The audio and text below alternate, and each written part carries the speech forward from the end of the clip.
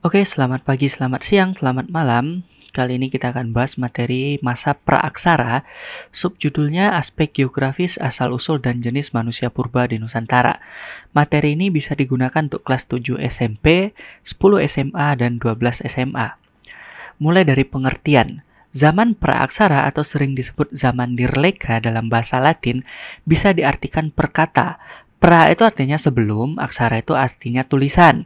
Berarti zaman praaksara itu artinya zaman di mana belum ada tulisan. Jadi manusia yang hidup ketika itu belum mengenal budaya tulis-menulis. Selanjutnya zaman prasejarah berdasarkan aspek geografis dibagi menjadi 4 bagian, yaitu Arkaikum, Paleozoikum, Mesozoikum, dan Neozoikum. Arkaikum itu sendiri adalah zaman di mana bumi kita itu usia masih sangat muda sekali. Berlangsung sekitar 2.500 juta tahun yang lalu atau sekitar 2,5 miliar tahun yang lalu. Kondisi bumi kita ketika itu masih sangat panas sekali dan belum ada kehidupan. Bisa dilihat ilustrasinya di mana masih banyak gunung api aktif di bumi waktu itu. Selanjutnya zaman Paleozoikum berlangsung sekitar 340 juta tahun yang lalu. Pada saat ini diperkirakan sudah ada laut ya. Dan ketika itu sudah ada makhluk hidup namun kondisinya masih sangat terbatas sekali. Contohnya adalah mikroba dan beberapa hewan laut bagian dalam. Setelah itu ada zaman Mesozoikum. Zaman Mesozoikum ini adalah zaman yang berlangsung sekitar 140 juta tahun yang lalu. Disinilah hidup dinoreptil atau dinosaurus. Sebenarnya di pelajaran biologi atau paleontologi, zaman Mesozoikum dibagi lagi menjadi 3, yaitu zaman Triasik, Jurasik, dan Cretaceous. Selanjutnya ada zaman Neozoikum. Zaman Neozoikum ini berlangsung sekitar 60 juta tahun yang lalu, disebut sebagai masa transisi makhluk hidup. Kenapa? Karena makhluk hidup yang berupa dinosaurus tadi yang hidup di zaman Mesozoikum punah gara-gara bumi kita dihantam oleh komet dan meteor. Setelah mereka punah, makhluk yang tersisa berevolusi menjadi lebih beragam lagi. Tidak hanya berupa reptil dan ikan, tapi juga berubah menjadi primata seperti kera. Ada ilustrasinya di sini ya. Berdasarkan lapisan tanah, zaman Neozoikum itu dibagi menjadi zaman tersier dan zaman kuarter. Zaman tersier itu mulai dari Paleosen hingga Pliocene. Namun ini tidak kita bahas dalam ilmu sejarah karena ini lebih tepatnya dibahas dalam ilmu geologi. Dan kenapa zaman kuarter kita bahas walaupun ini lapisan tanah? Karena di lapisan Pleistosen atau di filum ini ditemukan fosil manusia purba, begitu juga di lapisan Holosen atau lapisan Aluvium. Ingat, objek kajian sejarah adalah manusia. Apakah manusia purba juga ikut? Nah, karena kita pelajari berarti manusia purba juga ikut kita bahas dalam ilmu sejarah. Selanjutnya, dari mana asal-usul manusia purba di Nusantara? Ada 3 teori besar. Yang pertama teori Afrika, yang kedua teori Yunan atau Cina Selatan, jadi bukan Yunani ya, tapi Yunan. Kalau dilihat di peta, Yunan ini berada di atas sedikitnya Myanmar. Dan yang ketiga teori Nusantara. Kita mulai dari teori Afrika.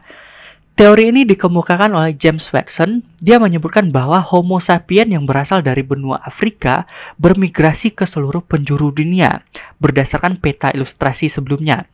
Berlangsung sejak 200.000 tahun sebelum Masehi hingga 60.000 tahun sebelum Masehi.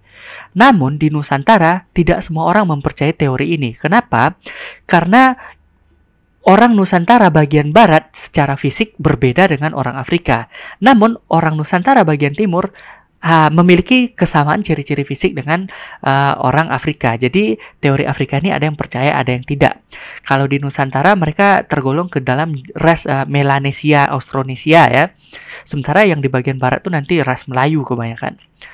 Selanjutnya teori Yunan atau Cina Selatan dikemukakan atau didukung oleh Profesor Hendrik Kern dan Baron von Hennegelder. Mereka bilang bahwa mayoritas penduduk di Nusantara ini ya mirip kayak orang Yunan. Profesor Hendrik Kern bilang kemiripan itu bisa dilihat dari segi bahasa, yaitu bahasa Austronesia. Selanjutnya Baron von Hennegelder mengatakan bahwa kemiripan itu dari persebaran artefak berupa kapak persegi. Selanjutnya kedatangan manusia purba dari Yunan ini dibagi menjadi 3 gelombang. Yang pertama Negrito, yang kedua Proto-Melayu, yang ketiga Deutero-Melayu. Bangsa Negrito ini awalnya menghuni semenanjung Malaya ini. Jadi orang Semang, orang Malaysia itu awalnya adalah orang-orang Negrito. Kalau Proto Melayu atau Melayu tua itu keturunannya sekarang yaitu Batak, Dayak, dan Toraja. Kalau Deutero Melayu atau Melayu muda keturunannya sekarang Minang, Jawa, dan Sunda. Selanjutnya teori Nusantara. Teori ini kebalikan dari teori-teori sebelumnya.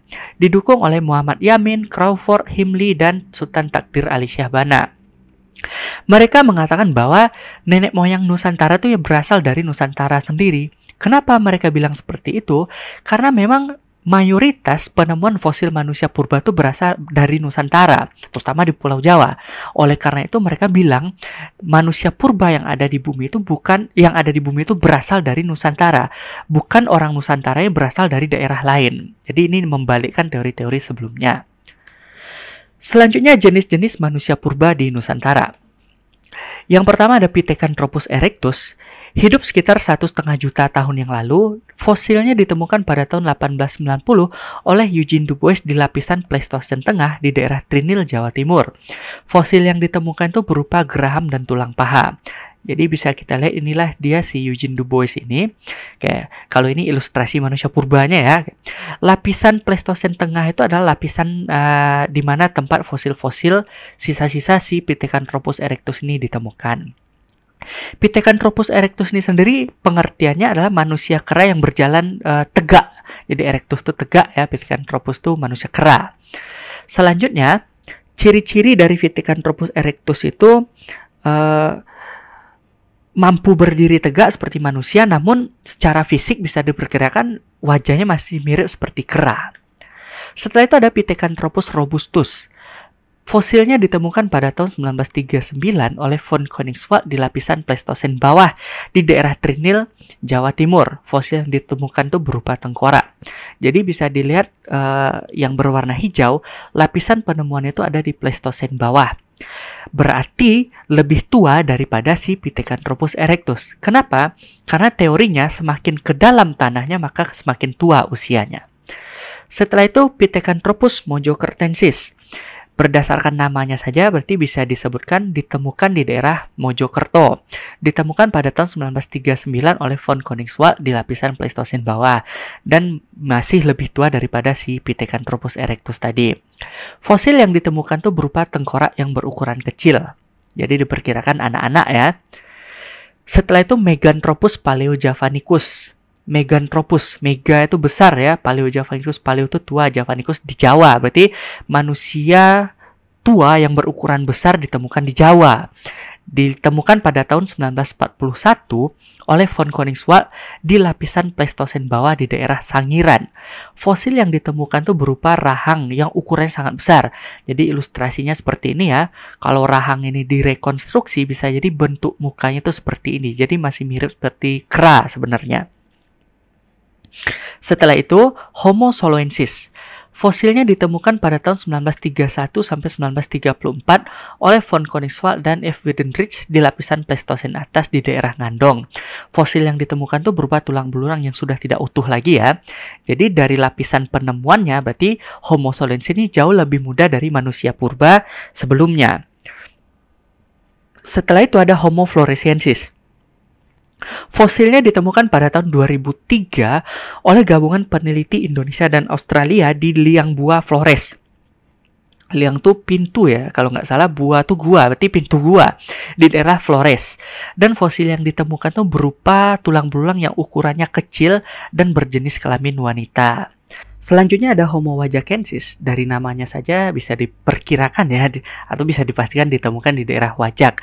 Pada tahun 1889 di lapisan Pleistosen atas, dan fosilnya ini diteliti oleh von Richthofen dan Eugene Dubois. Ciri-ciri fisiknya sendiri ya dahi menonjol dan diperkirakan tingginya sekitar 130-210 cm dengan muka dan hidung yang lebar. Jadi bisa dilihat fosil di sini jidatnya lebar ya.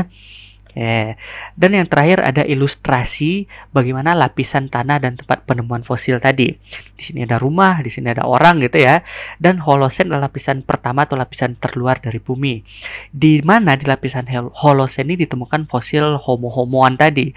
Ya, sejenis Homo sapien lah. Oh ya, untuk Homo sapien itu sendiri yang artinya manusia pintar, secara fisik mirip sekali dengan manusia modern seperti kita. Namun perbedaannya terdapat di kapasitas otak, di mana cc otaknya di bawah 1500. Selanjutnya ada Pleistosen atas. Di sinilah tempat ditemukan Homo solensis dan Homo wajakensis. Pleistosen tengah, tempat ditemukannya Pithecanthropus erectus. Pleistosen bawah, tempat ditemukannya Pithecanthropus robustus dan Meganthropus paleojavanicus.